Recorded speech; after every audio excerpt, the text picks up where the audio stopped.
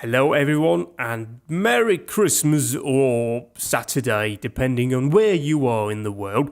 This is Le Mans 24 Hours, not the real event, a video game that came out many years ago by the same name, again shown here. And this is the first game in my Christmas appreciation video game, basically games I've enjoyed over the years that I thought I'd give a go at over Christmas to entertain literally threes of people who were interested in this kind of stuff. So if you stuff your face full of food, we start out on the 24th, not just because this game is called Le Mans 24 Hours, and it's the biggest game, or my favourite game from back then. It's pretty crap, but I liked it back then anyway. Oh, no, now here we go, that's great, into a cutscene, but that gives me a chance now to talk more here about this. This game came out in 2001. Hang on, is that just in Bow? They said that time there. It could be. Oh, anyway, yeah, this game came out in 2001 for the PS2, which is the version you see here. But originally, just to make it a bit more confusing, it came out on the Dreamcast. It was a port for the PS2, and there was also a port for the PS1 and for PC. Oh, yes, Infogrames made this. They did. Back then when they made games, remember them? But it came out for that, and Americans actually know this as Test Drive Le Mans, just to make it more confusing for everyone. But at the very least, this is a game about Le Mans, the 24-hour race in France, and I love it because of it. Now, I did realise recently, when I did a test run in this, that the controls are very much all binary. You either have them on or you have them off, including steering and throttle, which is quite perilous to drive with, but we'll be looking at Le Mans mode, and obviously we will be doing Le Mans, we will be doing a new game, and we will indeed be driving the open prototypes. I'll give a quick look down here on these cars. We've got here Johansson, that's Stefan Johansson, and then Matthews Racing. I don't think it's Dave Matthews from Dave Matthews Band, but we've got Matthew and we've got a Smith as well in it. We'll go in here, we've got a Peugeot, so it's going to break down. We've got a Lola Nissan, so it's quite dull. And we've got a Lola Ford, so it'll break down. We've got a Renault Judge. It's just okay, really. Presumably. Oh, Christ. Oh, dear. Yeah, I need to go and do something that we could do back in the day. If I go out here, go back out into... No, that's the wrong place, mate. If we go into Championship, we're going to Rookie GT. We do this. And I'll do one thing here. I'll select this Viper here. Yes, whatever. No, I don't want any of that. Nope. What I want, in fact, is A, C, and an O. That is just the initials for the organisation, the Automobile Club de l'Ouest. It's also a cheat code to grant us access to every car in the game. Obviously not there because that's a championship and that's locked in. So we'll do a legendary Le Mans race at the 24-hour race, and we now have every car available in this class. We now have the Multimatic Motorsport where Lola Nissan. You've got a fat BMW, so it's, you know, very close to your arse all of the time. Obviously the best car in the game. Obviously, massive Danish flag, Danish team. Very much a thumbs up from me. We've got a Cadillac if you're an old age pensioner. We've got a Lola Judd because it's Le Mans and you have to have them. Another pensioner. A Renault Mopar for the American who wanted to go to Le Mans but wanted a half decent looking car. We've got another one of those. We've got another pensioner. We've got a Lola Ford, still broken down. Got a DAF adverts on it. Another pensioner. A Courage Judge. Yeah, that's just what it is. A Panels LMP1 again. A Renault Judge. We've got another Panos, another Courage Peugeot here. Piscarolo Sport, plucky little team.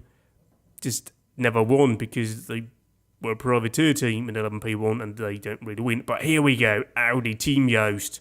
I'll obviously be driving the red one, which is the one Tom Christensen drove, and I will not be driving on Expert.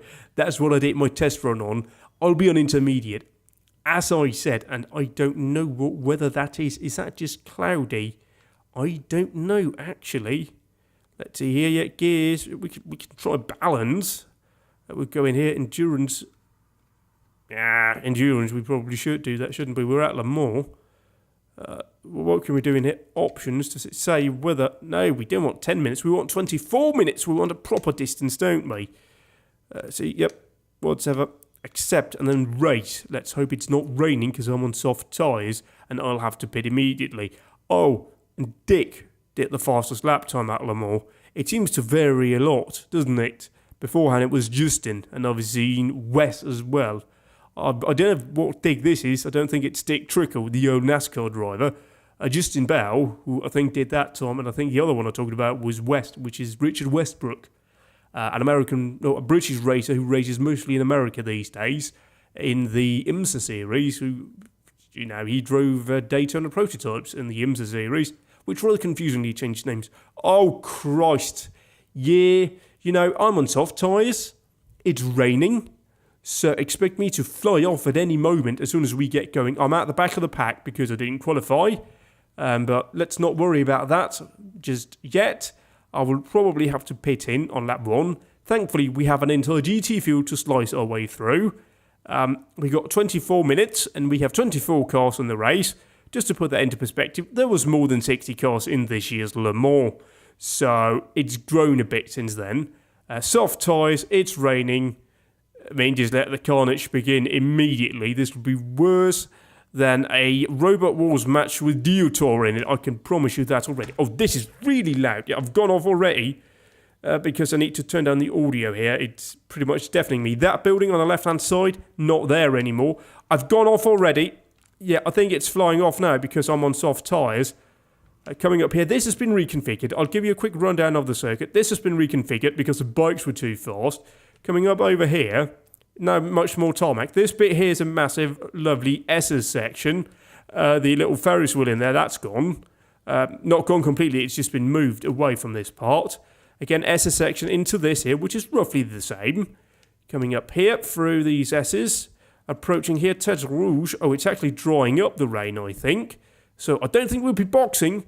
The race should obviously have been started under safety car. Through Tête Rouge, though, out here, and just on our left-hand side was right here by that tree, was where Alan Thomason died in 2013, rather sadly. Pressing down here, down Mulsanne Straight. Now, in the past, when racing drivers were magnificent and Le Mans was just incredible, and they had the Group C cars, this was one long straight. We now have these little chicanes here because it got very popular and Formula 1 felt threatened, so they had them ban long straightaways. I mean, that is the reason. Le Mans is the reason for why we now have straightaway limits. This was too long and it was plainly too awesome back in the day, so they shut the whole thing down. Christ, I've gone off again. A car's just gone off on its own volition here. That must be the wet. I've got no control of the car and I've just crashed him out. There's no damage in this game, so it doesn't matter. But Le Mans got so popular with the Group C cars, which interesting was a fuel-saving formula, but it got so popular that Formula 1 began to actually feel a bit intimidated because, there's another big motorsport that's getting popular, so we better try and stop it. So they got, I don't remember if it was Max Mosley or if it was Jean-Marie Belair who was in charge back then, but certainly they got some stuff in and they managed to basically make Formula 1 rule supreme. Which is what always happens, But enough about this. Coming down here, that hump's been straightened out a bit since the offs by, a couple of cars. Now down here, the track used to continue down, but there was a roundabout put in there. Well, actually, if we go back to the original one, it went all the way down to Mulsanne. But they cut it off there. There's a roundabout. I've gone off again here. I'm not turning, by the way. That's just a game. We're now heading towards Indianapolis. We've got a couple of kinks here. This bit here has also been reconfigured. The bit of grass that you see along the side of the road is now tarmacked and painted because, people drove off there at night and it got very slippery on the circuit because they took the grass back on the track. So instead of telling the bloody race car drivers to drive on the road, they did that. We're now coming down into Indianapolis, a magnificent place. That's where, I don't remember actually who it was, but somebody had a massive off there in one of the Audis, Audi R10s. They're coming down here. Now, this is Arnache. This has been reconfigured as of next year, I think. There was a roundabout put in here. Apparently, there was a lot of, it was an accident black spot on the road. So they kind of had to do that for the public road, which is fair enough. This part here is public road, and it has not been changed apart from the little bit of tarmacking on the side as well. We're now coming down here, and the old track used to continue down, straight on down here, part what's known as White House to Americans or English spectators, but also known as Maison Blanche. Again, White House. We're now going through the Porsche curves, the first bit of the permanent racing circuit here. We'll come down here, through, and go down here. We go. Now, this here was one of the scenes of one of the massive accidents in recent years during one of the test days, or the official test day, where I think it was Marc Gené went off in one of the Peugeot 908s back in the day, and well, he pretty much all but killed himself. Let's put it this way. And I think I'll box.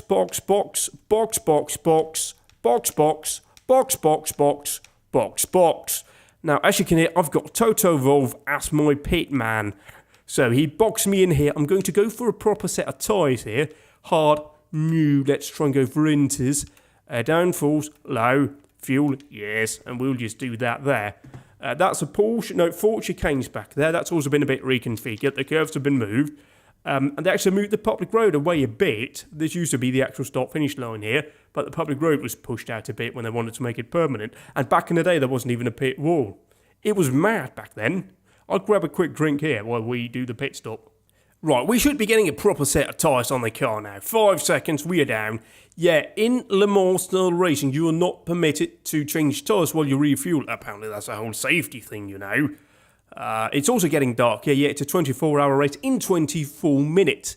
Would you believe that we are not going to have a real-time sort of escalation there? But we'll crack on down here. Up the hill we go. It is raining quite badly, but we now have intermediate racing tyres on it. And for some reason, our tyres are squealing. Under the Dunlop Bridge, heading down through the S's that are very straight. Yeah, this had to be made into S's due to the motorbikes. Basically, I don't understand why motorbike racing is a thing, because the only thing it's ever done is ruin good racing circuits.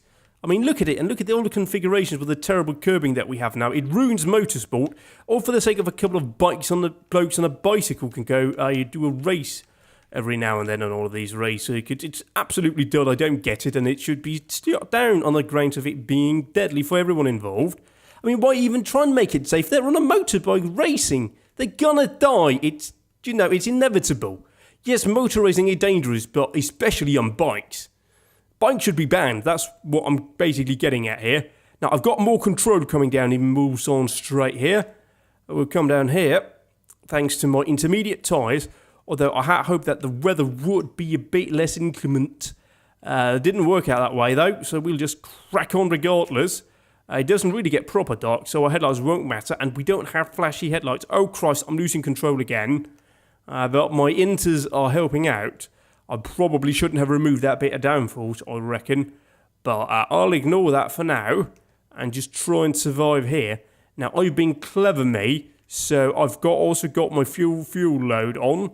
So I don't have to box for fuel as soon as they do. So hopefully I will do what's known incorrectly, and for some reason that I don't understand, as the undercut. I mean, undercutting is... I don't know what an undercut is. What is it? How does it relate? It makes no sense when you talk about pit stopping. I mean, it makes less sense than the Danish Formula 1 commentators who called a double stacking a double shuffle. But that's just because they don't understand English. But, you know, undercutting, that's not, no. I've gone off again, under braking, massively into the wall, because my inters are a bit wrong, actually, I think. I should have gone for full wet. But I'll make it work. I'll make it work here. I'll undercut them, that's what I'll do. It takes less than 30 seconds to do a pit stop, and I'll be on the right tyres for when it changes to a good weather, which I don't know if it will, if I'm honest. It could just be start raining the whole race, which would be quite terrible for me. But that's what happens in motorsport. Over here, we've now nearly done the lap record, and coming through the kink here leading into Indy. We actually got a second corner there. I got much more grip in corners. It's just gone off there again, though, which is awfully not nice. Hello, marshals. Thank you for doing your job, sat there. They do that for free, by the way. They're not paid. They're volunteers. I always say thanks to the marshal. I've gone off again. Yeah, I've given them lots of work there. Now they have to run out and pick up debris and get run over by the safety car. What else do we got, though, over here, over the hill? Coming through, this is the public road section. Le Mans is quite unique in that it started out life as purely a public road. I mean, it started out way back, I think it was actually before the... it started, I think it was 1913, actually, to be precise. So, no, I'm getting confused. I always get confused when it comes to numbers. But it started out many, many moons ago. Maybe it was 1903. I'm not entirely sure. Could be. It was in the 90s. That's what 19s. Sorry about that. Certainly back then. It was interrupted by a World War or two. That's what happens. And apparently this race actually started, I saw, at 1600 hours, which means that it was either a year of voting. I've wanted to pit, but I'm not having it. It was either a year of voting in France, in which case for some reason they put the race back an hour. I don't get that one myself. Or it was a football year, in which case they also put it back in case there was a football match with France on at the time. Because apparently that's more important. Oh, we've undercut a lot of drivers. He's just merged in front of me. I mean, you're not a Ferrari. You cannot do that. Only Ferraris can be absolute dangerous murder machines, which they are. I mean, let's not forget the year that Anthony Davidson nearly died. I mean, he literally broke his back at the Mulsanne kink out there. You saw just coming off towards the Mulsanne corner when a Ferrari chopped back on him. In the middle of a corner, at quite high rates of speed. They went off, had a massive accident into some tyre barriers, and he broke his back. Absolutely dangerous. Going down here, though, through Ted Rouge, we just got to, do the crosses and that for Alan Simonson. Went off right into that tree there. The barrier was pushed back, and I believe the tree was actually part of the issue, because a barrier couldn't give way, which is terribly sad to hear. Hang on, that's not our lap time, is it? 2:29, and we were on this part of the straight. That surely can't be right. I don't believe that. That doesn't seem right, does it? I mean, it should be much, much, much less than these. 50 seconds. Surely not. I mean, I've just done have I done the first or the second? I've done the first chicane there. So coming up to the second one down here. Car still weaving a bit on its own volition. In part due to the inclement weather. Oh no, lap time is below. Oh yeah, that makes a lot more sense. So the time is probably the time of day rather than the lap time. Good. I've gone off here massively because I was thinking that's always not something I should be doing. But we'll merge out here. Now, rather interestingly, I didn't really race this much because you could either do this here, Le Mans, at 24 minutes, and 240 minutes, or 24 hours. Whereas Petit Le Mans, which is a race held in Atlanta, Georgia, or technically Brazelton, Georgia, which covers the, what was I saying? Yeah, Brazelton, Georgia, which is a 10-hour, or used to be 1,000 miles, whichever one came first. And it was usually the time because the safety cars in America is crazy and they've got terrible drivers in the IMSA series. Well, at least in the challenge classes, that's the case, and mostly in DPs as well. But that's for another day. So it usually just went for 10 hours because, that's how it is. But in the game, it was either 10 minutes or I don't remember what else it was, but it was at least 100 minutes or something like that. And I did that quite a few times. Which was enjoyable. I like endurance racing. Endurance racing is just better. It is better. It's better than Formula 1. It just is. That's just the case. It's the best kind of motor racing. Long motor racing is better motor racing. It's a fact. I mean, we've seen it recently with the Australian Supercars Championship, where they tried to do the super sprint format, which turned out to be absolutely dull as crap. Basically, it was a lot of very expensive race cars owned by teams with very little money who went out in short races, banged into each other, and had lots of repair bills. It was terrible for the viewers, terrible for the racers. Just give us back what we want. We want long races. Everyone, give us long races. Make them good. That's what we want. We really want this. Oh, and speaking of driving, this video series here of good games over Christmas will feature... Well, I've just had a look at the list. I've got it next to me. On the list currently is 7 games, and 5 of them are driving games, or racing games, or rally games, or something of that nature. So, really, that's what you're in for. That's basically what I love, what I grew up playing. I never really got into the whole shooty-wooty gun bang thing. The Getaway was the first shooty wooty gun bang game I had, and I've played a few of them out here, but it was never the kind of stuff I'd just sit down and just play for ages when I was a teenager. That came a bit later on in my teenage years. Oh, hang on, are we taking prototypes now? I don't know. Oh, look, it's getting light. I think my intermediates are actually coming into its full forte here. That will be incredible. Oh, I nearly went off there. That was a big pop-in, by the way, if you saw the little Ferris wheel. Yeah, car still really want to go off, though. Can't stop that. Oh, we got our Manitou snatch tractor over there. Coming up here. Round we go. Over here. Now, this part has also been changed because all of the spectating areas has been modified. And rather unfortunately, it does seem that the ACO, and presumably also the FIA, is desperately trying to turn Le Mans into a permanent track, which would be a disaster. They've ruined Spa, in my opinion, by doing so. And they're going to ruin Le Mans, in my opinion, by turning that into another permanent race circuit. The character of Le Mans is in its public roads, and that should be preserved at all costs. I don't think it's like Brands Hatch, where the people who live nearby is quite moaning about it, despite the fact that the race circuit was there before they moved in. And really out here, if you live near a historic racing circuit, grow up and realise that there are people out there who likes motor racing. I'm sure you like go gardening and that, and we have to respect that, don't we? Surely that's the thing. I mean, you wouldn't move next to an airport and then complain about the noise levels, would you? I've taken someone there on the track, and we were probably roughly in the same class, which just goes to show that my choice of inters were good.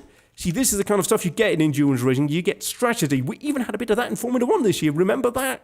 Because they changed the tyre strategy, so you had 3 tyre options for a race. And never really figured out how the tyre regulations worked. Only that they had 3 different tyres, and it was brilliant.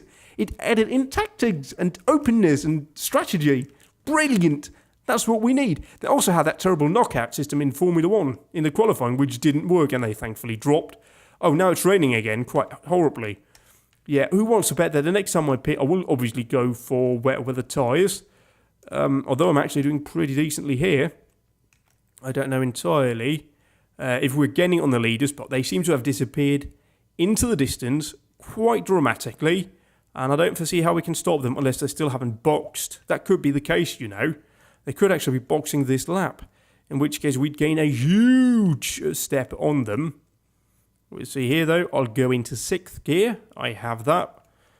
Coming up here. Oh, yeah. Well, I mean, admittingly, on the Mulsanne straight that I talked about, a part of it was admittingly the fact that the back in the day, the Group C cars did topple 400 kilometers an hour on it. I can only admit that that's a part of the issue. It wasn't just the Formula 1 part. It was a huge part, but the fact that they were getting dangerously quick out there, and as we saw some years later in the 90s, with the Mercedes GT cars. Let's put the GTs in like citation marks, because they really weren't GTs. They were prototypes that were meant to be GT cars. They had massive moments off there. They went flying. You can look Google or go on YouTube and search for Mercedes CLK Le Mans Flip, and you will see what I'm talking about. It's not just a bit of a spin. It's a full flip, somersaulting through the air, off the circuit, over the catch fencing, and into some woodland that had, thankfully, just up until the race been cleared. And that's the only reason why the driver wasn't murdered there. Why is it going off? You're not supposed to veer to the right. It's not that year in Germany anymore. Over here we go, over the curbs. Oh, we now have the car catching up behind us. People did have to box. I've gained on them over here. But I don't know what this will be doing for my... Oh, I've gone off again here. But I'm in control. More people are boxing in. I've gone off here at the Fort Chicanes. Coming off here, they're boxing in here. We are very close to the leaders. And I think my pitch strategy has worked out well for me. I'm now 13th here. We may have tacticaled our way in here, despite the fact that I've gone off massively throughout this whole race. Coming over here, yeah, there's a big screen over there, but there's nothing on it because this is the PS2 era, and video games didn't have that back in the day. That came later on when, computer performance was the thing. I've gone off again. It just veers off to the right, massively off to the right. Massively off to the right whenever it gets wet and, a bit excited. I mean, that helped me, frankly. It did it there mid-corner, and it did help me. I mean, I will have to go for 4 wets next time. Let's see here. around this corner and just hope that we make it through the first bit of the Mulsanne without veering dramatically off to the right-hand side. Up here, yeah, we are slower this lap, not surprisingly. I can only really expect that to happen. We do have increased fuel usage, as you can probably imagine, but we are actually quite rapid here. I mean, the modern day cars are a lot quicker down here, obviously, and this is the iconic R8. I completely forgot to talk about this. I mean, they named a street car after this, for crying out loud, and this is the one. This moved the yardstick in every possible way for a race car. They turned up, had a first one go with a bit of a closed roof and that, which wasn't brilliant. Then they came back with this, which was, I mean, they literally forced the rule makers to change rules because they changed a gearbox, a whole gearbox, in less than 5 minutes during the race. They actually changed the gearbox from the moment I don't know if from the moment he went into the pit lane or the moment he went into his pit box, but certainly less than 5 minutes. I mean, on a race car, that's incredible. It really moved a whole thing. It was just incredible. And sadly, Audi is no more in endurance racing. Very sadly that they had to come to an end thanks to some idiots at VW. Due to the whole diesel emissions thing in the States, a lot of, money issues came of it. I mean, VW even had to quit their very, very, very, very successful, what was it called, the WRC team they had with Sebastian Ogier. I mean, when the 4-time World Rally Champion has to quit his team because the team is shutting down the year he becomes champion again, you'd know VW is in a bit of a spot of bother. I mean, we all need to go out and buy VWs now because we need Audi and VW back in motorsport. It's our duty as human beings to go out and buy VWs now. You've heard it here. Don't buy diesels because, why would you? But go out and buy petrol cars instead. They're much better. At least if you drive like short distances. Yeah, we are definitely going in boxing this lap. We are getting fuel. We are getting tyres. We're not doing a driver change. Switching up here, this will be the second time in the history of the world that a Le Mans has been driven by one driver from start to finish. Oh, I'd admit, the original one was by one bloke and he actually did it during the race, which is mad, completely mad. And this will be me. I mean, admitting my race is only 24 minutes and technically it's on the computer, not on the real circuit. Come on, stop veering to the right! Jesus Christ, you're not Geert Wilders, are you? Come on, stop. Jesus Christ, you're not Donald Trump either. Just go straight. Don't go to the right all of a sudden. Yeah, I'm very pleased to have the pit lane coming up here. Oh my God, it's just going off to the right. I've no control over it. It's just decided that the right is where it wants to be. I know it's German, but that's in the history out here. I'm now going to lose positions, I think, due to this. But we'll go in here. We'll go in here, enters, we go to wet and we go high downforce and we'll just confirm. Look at the fuel in my tank. There's a minuscule amount. How much? Oh, we're 2 hours from race finish. Oh, shit, I shouldn't have filled it up to the... Oh, Christ, I should have seen that, shouldn't I? We only needed about half a tank. Oh, well. Oh, how are we going to get out? Well, I hope he finishes his stock first. Otherwise, we're going to really struggle here. Yeah, I really should have paid attention to that. And I actually got a model of this car somewhere. Quite a large one at that. Certainly it's very nice though. Oh, he did clear himself. We go up here. We'll get a couple of tyres. Onto the car so they go. Pew, pew, pew, pew. And we'll drop down here. And look at all of the distance we lost there. We could have gained distance dramatically. But we haven't lost a position, which is very good. I mean, we'll finish 13 most... Oh, no. We got cars on the circuit. And I've just had a bit of a hiccup here. We'll head out then again. It's quite a low... No, we've just been taking that. Come on here. But I can veer to the left now. Yes! Oh, I forgot how to change gears. I did that there. Okay, here we go. Oh, it's a Peugeot. It's one of the Peugeots, people. You've made it through the race. I'm proud, but I'll just put you off there because you're French and I'm German. We'll just nip over here. Yeah, there's no damage, no penalty systems out here. I mean, we have pretty much half a lap between us now. And that's not going to put me into contention for a win, given the fact that we are pretty much on the last lap here. I need to catch the guy up there. That is my goal. I need to finish 13th. I think that's a GT car, though. So it should be good. And I now have high downfalls. And I've got full wets. So I should be good here. Hopefully the car won't veer off to either side now. But only a blast down here will tell. Now, is this my final lap or the race final lap from when the leader crosses the line? It may be when the leader crosses the line here that we are over. So this is my final lap here. And another gear here. And I think we are gaining here on the bloke in front, although not by much. I need to brake for this corner. I need to go into second. I need to go off here. Yeah, we can do that. I think was it Lucas Law and Marcel Fessler who went off into the tyre barriers there a couple of years ago in the was it like the R18? I don't remember. But had massive off into there. The whole front fell off. Yeah, the front did fall off. Well, he tore it off after it broke. And he just, went back to the pits. It was quite, it wasn't, a smart move. And one of my big issues with motorsport, modern motorsport, apart from track limits, it's another Peugeot. Oh, I'm going to have to put you off as well. But, good on you for trying. One of my issues, apart from, track limit infringement, I've gone off to the right. Yeah, I've got punished there for trying to wreck out the Peugeot. Stop veering to the right, you absolute bell end. Part of the issue with the motorsport, as I was trying to finish my sentence here, is the unsafe vehicles. When there's a vehicle defect, you have the technical defect, like the mechanical black flag, as it's called, which is a little orange circle on a black flag, which tells the driver that he has a mechanical defect on the car and he must pit immediately to get it repaired. Now, that doesn't seem to be used when there are bits dangling off a race car, which I don't understand.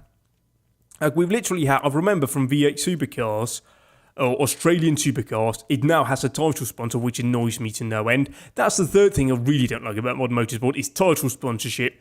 That should not be a thing. I mean, in the United States, they had the old watch manufacturer sports car championship, and now they've got I think it's a meteorology thing, sports car championship. I won't use the names out here. I'll just call it the IMSA series, because in my mind, and same with IndyCar, they've had, I don't know what the old one was, but now it's a telephone or a cable network provided thing. Is that basically when you change the sponsorship name, it's a new championship.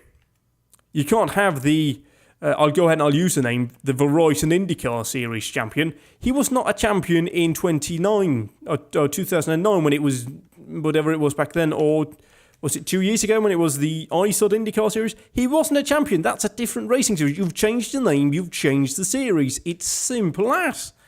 You can't have it both ways, people. But yeah, mechanical black flagging.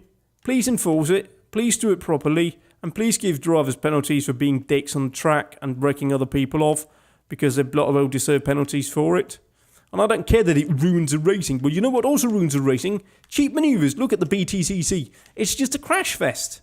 I mean, I could go off and I could do Forza Motorsport on a public lobby and I'd have less crashes than that. But here we go. This has been Le Mans. 24 hours of hardcore racing, and I finished 14th. I didn't make 13th because he put me off, the French bastard. It's not a particularly good game, but it's one I remember very fondly. And for this Christmas, which admittedly hasn't been very Christmassy at all, I do hope you have a very good Christmas. And I'll be back tomorrow with another wonderful game from my past.